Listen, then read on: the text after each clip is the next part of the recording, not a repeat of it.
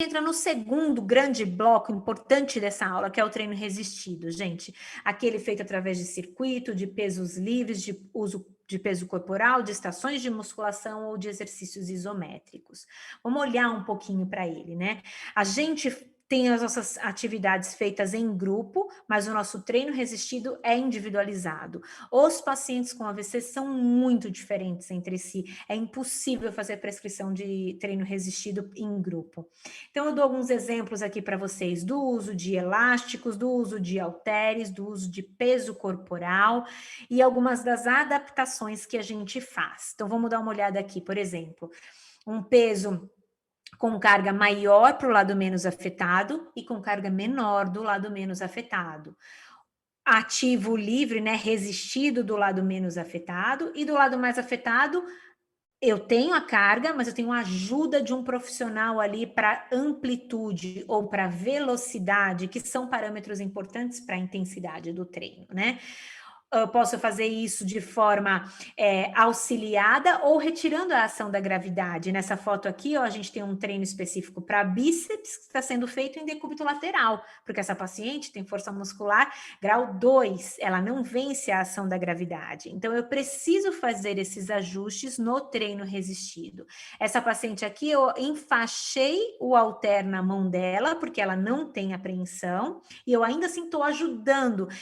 Quando eu flexiono o tronco à frente, eu estou eliminando um pouco da ação da gravidade sobre a manutenção do controle do tronco para tentar enfatizar, nesse caso aqui, a parte proximal, os deltoides especificamente aí, nesse treino resistido, né? Então, raramente você vai conseguir ter uma situação como essa, em que todos os pacientes conseguem lidar com a mesma carga e com o mesmo exercício. A vida real é bem diferente. A vida real é daquele paciente que, por exemplo, não tem movimento no braço M. E mesmo assim ele vai fazer o treino resistido, só que ele vai fazer o treino resistido do outro lado, no membro superior, menos comprometido. Se ele conseguir fazer nos dois, ótimo. Se ele não conseguir, ele vai fazer o resistido do outro lado, tá? E aí eu vou cuidar da qualidade da execução dessa atividade. Eu não quero que o paciente faça corrida maluca, faça movimentos rápidos, eu quero amplitude, controle. Então, vejam, tem um colchonete controlando a abdução, tem uma corda amarrando a perna. Eu quero esse paciente atento, controlando o movimento. Não é o movimento pelo movimento, é o controle do movimento importa, né? Então, aqui algumas adaptações sendo feitas para, por exemplo, o treino abdominal. Então, a prancha inclinada auxiliando os pacientes a fazerem essa atividade, os profissionais estabilizando o pé, estabilizando os joelhos, né? Os joelhos amarrados com as faixas, com os mini bands, ou, por exemplo, com esses anéis estabilizando o membro inferior. Então, é super importante pensar na qualidade da execução, na posição, no controle postural para cada uma das atividades, né? E é super possível, sim, mesmo em pacientes espásticos, como é o caso desses dois pacientes, a gente tentar chegar o mais próximo possível da melhor qualidade, seja segurando uma bola, seja aumentando a altura do banco, seja abrindo a base, seja mudando um pouco o tipo de agachamento, né? Fazendo ajustes, por exemplo, no posicionamento dos pés, pedindo para eles controlarem e segurarem a posição dos braços, estabilizando com as nossas mãos. Então, não é fazer o exercício, o movimento pelo movimento. Realmente precisa de um cuidado com relação à qualidade de como essas atividades são feitas, né? E a gente tem pacientes que, inclusive, fazem flexão de braço, né?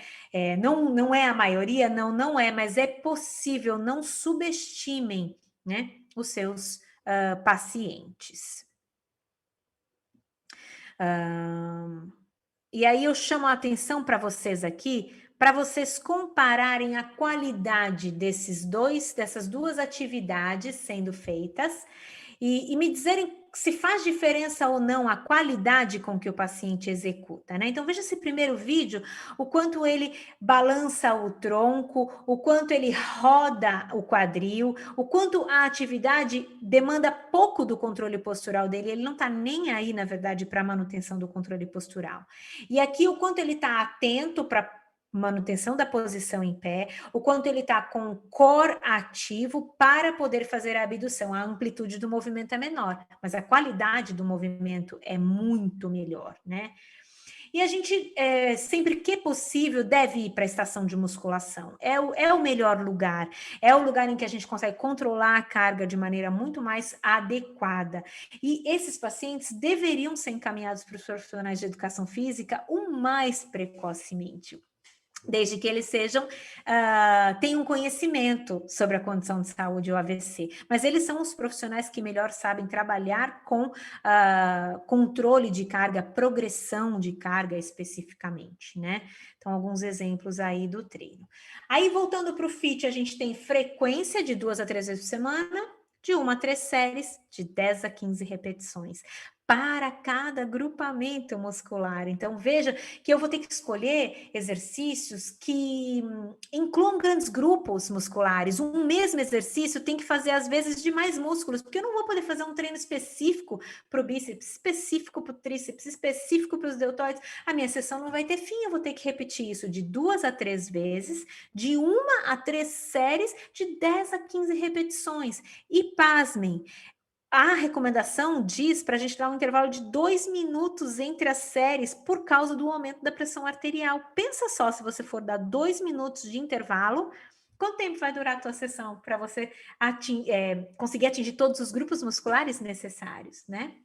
Então, são questões bem importantes que você tem que tomar a decisão sobre a otimização, na verdade, dos exercícios que você vai prescrever para eles darem conta de mais grupos musculares. Então, exercícios multiarticulares, grandes músculos, agrupamentos aí que realmente façam a diferença do ponto de vista da queixa de funcionalidade do paciente.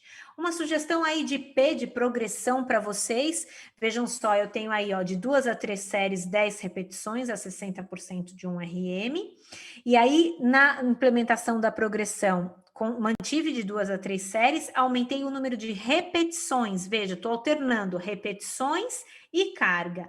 A cada 4 semanas eu aumento um quesito, 5%, né, de um desses aspectos. E assim a gente vai progredindo ao longo das semanas.